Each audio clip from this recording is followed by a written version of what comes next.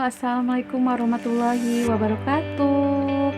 Kembali lagi bersama Ibu Kiki Miklima, guru IPS SMP Negeri 2 Caringin. Di video kali ini kita akan membahas mengenai mata pelajaran IPS bab 2, yaitu pengaruh interaksi sosial terhadap kehidupan sosial dan kebangsaan. Yang akan dibahas mengenai subbab A, yaitu mobilitas sosial. Nah, sebelum kita bahas lebih lanjut, coba adakah yang tahu mengenai mobilitas sosial itu apa?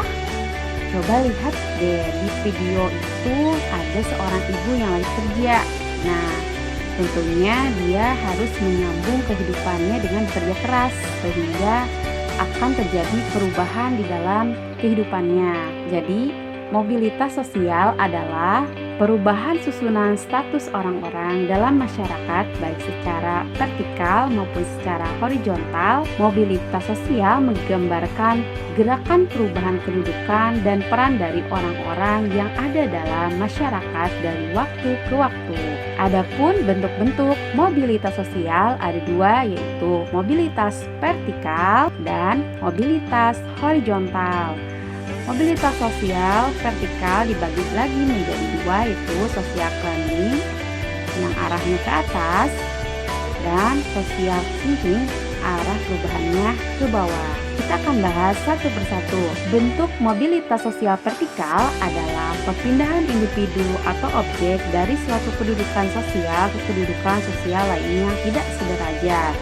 Nah, dibagi menjadi dua. Mobilitas sosial vertikal naik yaitu terjadi apabila seseorang mengalami peningkatan kedudukan menuju tingkatan yang lebih tinggi.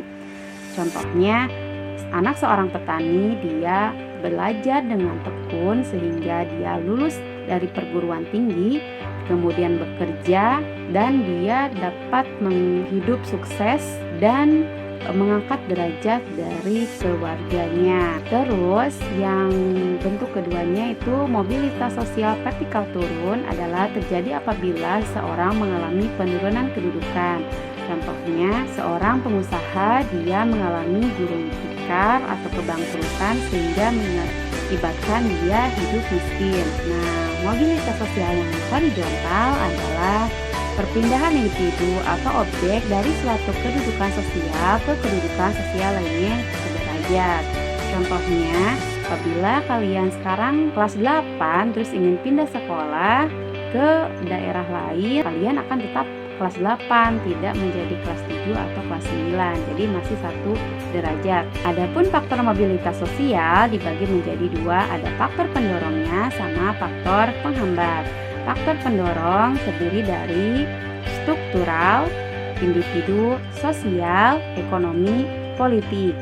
Struktural maksudnya perubahan mobilitas sosial terjadi terhadap birokrasi atau struktur dari kehidupan masyarakat. Contohnya, tetangga kamu ada yang RT, kemudian dia menjadi bahkan bupati. Nah, itu mengalami struktural atau susunan yang hierarkis. Selanjutnya, faktor individu. Nah, faktor individu adalah kemampuan dari diri sendiri untuk melalui perubahan sosial, baik itu perubahan yang ke arah positif maupun ke arah yang negatif.